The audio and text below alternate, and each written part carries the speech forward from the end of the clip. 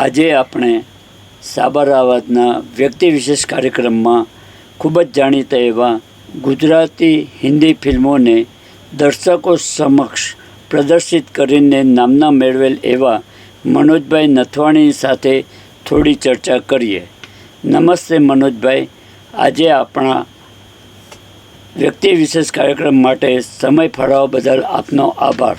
અને એક સુવર્ણ અવસર આપ્યો છે એની માટે હું આપ સૌનો ખૂબ આભારી છું. મિત્રો, બહુ જ જલ્દી ફ્લોર પર જઈ રહ્યું છે અમારું એટલે કે આપણું ચલચિત્ર માખણ ચોર. મનોજભાઈ, આપને યાદ હશે કે આપણે અગાઉ સેવા, સુરક્ષા, શાંતિ ગુજરાતી ફિલ્મ માટે થોડી ચર્ચા કરી હતી. હાલના તબક્કે મારા ધ્યાનમાં આવ્યું છે કે આપ બહુ જ જલ્દી માખણ ચોર ફિલ્મ બનાવી રહ્યા છો, તો થોડી તે બાબતે આપણે ચર્ચા કરીએ. આ ફિલ્મની પટકથા વિશે થોડી જાણકારી અમારા દર્શકોને આપો. દર્શક મિત્રો, ફિલ્મ માખણ ચોરની સૌથી મોટી વિશેષતા કહું ને તો આ ફિલ્મના નિર્માતા મહેશ કે શાહ એટલે કે મહેશ કાકા સ્વભાવે ખૂબ જ ધર્મિષ્ઠ છે. આમ તો મહેશભાઈ જૈન ધર્મમાં ખૂબ માને છે, કેમ કે એવો જન્મે કર્મે જૈન છે, પણ સાથે સાથે એમને ધાર્મિક લાગણી ખૂબ છે અને ભૂતકાળમાં પણ અમે ઘણું કામ ભેગું કર્યું છે. અમારી એક સૌથી સરસ ફિલ્મ સાળંગપુર હનુમાન દાદા ઉપર હતી અને મહેશભાઈ હંમેશા ધાર્મિક અને પારિવારિક ફિલ્મો બનાવવાનો જ આગ્રહ રાખતા હોય છે. એટલે આ વખતે મહેશભાઈએ મને કીધું કે મનોજભાઈ તૈયાર થઈ જાઓ, આપણે ફરી એકવાર આવી રહ્યા છીએ માખણ ચોર લઈને.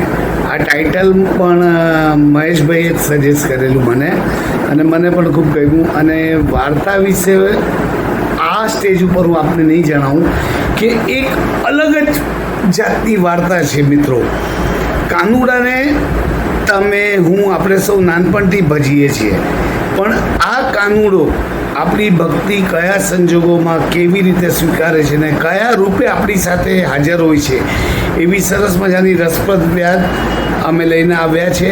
અને હા, અમે ખૂબ સારા પ્રસંગો લઈને આવ્યા છે કે જેથી નાના બાળકોથી લઈ વડીલો સુધી તમામ દર્શકોને આ ફિલ્મ જોવાનો મજા આવે, આનંદ આવે ને વારંવાર જુએ એવો અમારો પ્રયાસ છે.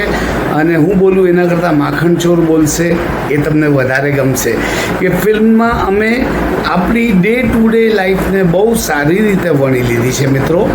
અને અમે કોઈ પણ ફિલ્મની કોપી કે કોઈ ગાડરિયા પ્રવાહમાં ચાલીને ફિલ્મ નથી બનાવી રહ્યા. મારું ખૂબ જ સુપર ડુપર હિટ નાટક આઈ લવ યુ કૃષ્ણ વર્ષો પહેલાં લોકોએ ખૂબ વખાણેલું.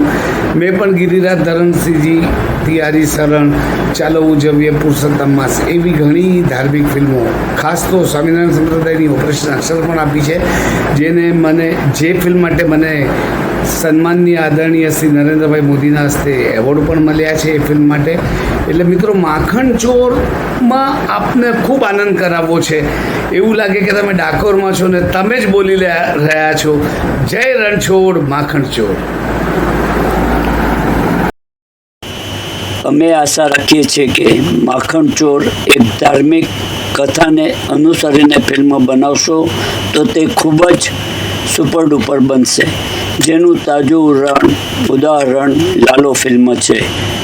દર્શક મિત્રો, આવા જ વ્યક્તિ વિશેષ કાર્યક્રમ જોવા માટે સાબર અવાજ ન્યૂઝ ચેનલને સબસ્ક્રાઈબ કરો અને લાઈક કરો.